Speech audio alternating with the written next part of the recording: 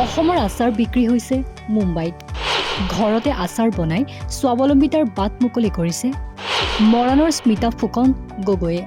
কলডিল, বেতগাজ, লেটা, বাঁহগাজ আদি আচাৰ মুম্বাইত বিক্ৰী কৰি বুটলিছে প্ৰশংসা।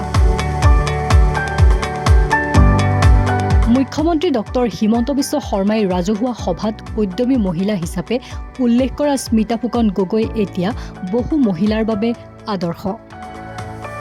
হয়, ঘৰতে আচাৰ বনাই স্বাৱলম্বিতাৰ বাট মুকলি কৰিছে ডিব্ৰুগড় জিলাৰ মৰাণৰ আহোম গাঁৱৰ স্মিতা ফুকন গগৈয়ে। কলডিল, বেতগাজ, মুগালেটা, বাঁহগাজ আদি ব্যতিক্ৰমী খাদ্য সামগ্ৰীৰে আচাৰ বনাই বহিৰাজ্যতো সমাদৃত হৈছে অসমীয়া মহিলাগৰাকীয়ে। বিগত ৫ বছৰে নিজৰ ঘৰতে আৰম্ভ কৰা আচাৰ উদ্যোগৰ জৰিয়তে নিজে স্বাৱলম্বী হোৱাৰ লগতে আন বহুতকে উপাৰ্জনৰ বাট মুকলি কৰি দিছে মহিলাগৰাকীয়ে। আচল আচাৰৰ এক অপূৰ্ব সোৱাদ নামেৰে আচাৰ প্ৰস্তুত কৰি ইতিমধ্যে সফল ব্যৱসায়ী মহিলা হিচাপে পৰিচয় লাভ কৰিছে।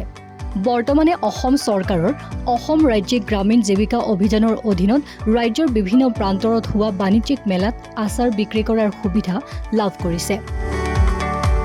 ৰাজ্যৰ লগতে বহিৰাজ্যত হোৱা বাণিজ্যিক মেলাত চৰকাৰী খৰচত আচাৰ বিক্ৰী কৰাৰ সুবিধা লাভ কৰিছে এগৰাকী উদ্যমী মহিলা হিচাপে। শেহতীয়াকৈ কলডিল, বেতগাজ, মুগালেটা, বাঁহগাজ আদি আচাৰ মুম্বাইত অনুষ্ঠিত এক বাণিজ্যিক মেলাত বিক্ৰী কৰি প্ৰশংসা বুটলিবলৈ সক্ষম হৈছে তেওঁ।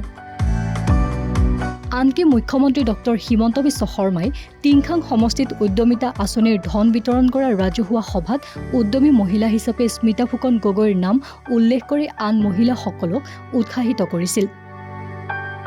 এতিয়া বহু মহিলাৰ বাবে আদৰ্শ হৈ পৰিছে স্মিতা ফুকন গগৈ। মৰাণৰ পৰা গৌতম মোহনৰ প্ৰতিবেদন, নৰ্থ ইষ্ট নাও।